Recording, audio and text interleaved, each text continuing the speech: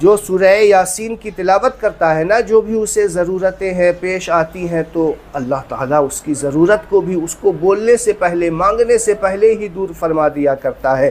تو سورہ یاسین روزانہ صبح صبح آپ اپنا معمول بنا لیں، صبح صبح پڑھ لیں گے، پورے دن کی ضروریات کو اللہ تعالیٰ پورا فرما دیتا ہے، بغیر مانگے فرما دیتا ہے۔ اور فرمایا جاتا ہے جو اس کو پڑھے گا اس کو 20 حج کا ثواب ملے گا، جو اسے پڑھے گا اسے 20 حج کا ثواب بھی ملے گا۔ اور ایک حدیث میں اللہ کے رسول نے فرمایا کہ ایک مرتبہ سورہ یاسین پڑھنے کا ثواب 10 قرآن پڑھنے کے ثواب کے برابر ہے۔ سوچئے کہ ایک مرتبہ سورہ یاسین پڑھ رہے ہیں، 10 قرآن پڑھنے کے برابر ثواب مل گیا، 20 حج کرنے کے برابر ثواب اسے عطا کرتا ہے اللہ تعالیٰ۔ اور جو اس کو سنے گا، اب دیکھیے یہ تو پڑھنے والے کی بات ہو گئی، اس سے پہلے اب سننے والے کی بات اب دیکھ لیے۔ میں آپ کو بتا دیتا ہوں کہ جو اس کو سنے گا اس کو راہ حق میں 1000 دینار خرچ کرنے کا ثواب ملے گا۔ یہ سننے والے کے لیے ہے، پڑھنے والے کا مقام تو بہت بلند ہے۔ اب جس کو پڑھنا نہیں آتا تو کم سے کم وہ سن لے۔ اور اگر آپ سننا چاہتے ہیں تو میرے ہی چینل پہ سورہ یاسین میں نے پڑھ کر کے اپلوڈ کر دیا ہے۔ میرے چینل پہ آپ جب جائیں گے تو میرے چینل کا پہلا یا دوسرا غالباً ویڈیو سورہ یاسین ہے، آپ جا کر کے وہاں پہ سن سکتے ہیں، اور اچھے انداز میں نے پڑھ کر کے اپلوڈ کیا ہے۔ انشاءاللہ آپ سنیں گے تو آپ کا دل خوش ہو جائے گا۔ تو سننے والے کے لیے کیا ہے، راہ حق میں 1000 دینار خرچ کرنے کا ثواب عطا کیا جائے گا۔ اور جو اس کو لکھے گا، اب دیکھیے سننے والے کی بات، پڑھنے والے کی بات ہو گئی، اب جو اس سے لکھتا ہے نا، کاتب جو لوگ ہوتے ہیں اسے لکھتے ہیں اچھے رائٹنگ میں، تو اس کے لیے کہا گیا ہے جو اس کو لکھے گا اس کے دل میں 1000 دوائیں، 1000 نور اور یقین اور 1000 نیکیاں اور 1000 نعمتیں داخل کر دی جائیں گی۔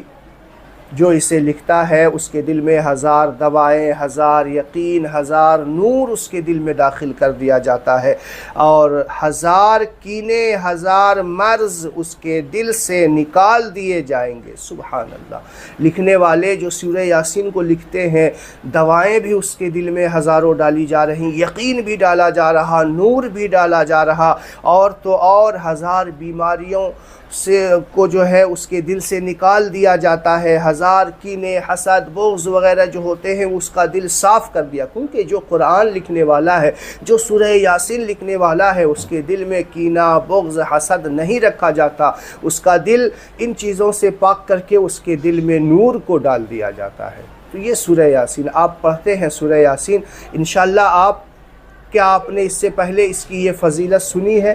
آپ کمنٹ باکس میں ہمیں ضرور بتائیے گا۔ اس کی فضیلتیں آپ دیکھ لیجئے۔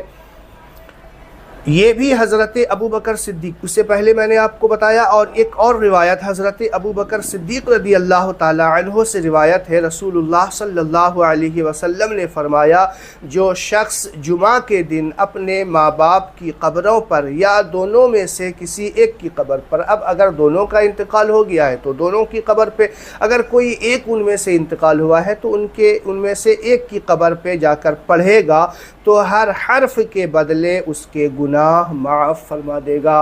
اللہ اکبر، سبحان اللہ، سبحان اللہ کمنٹ باکس میں ضرور لکھنا دوستو۔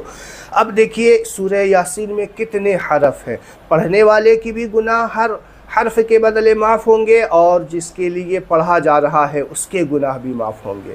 سبحان اللہ۔ تو یہ سورہ یاسین کی فضیلت تھی جو میں نے آپ کے سامنے رکھی۔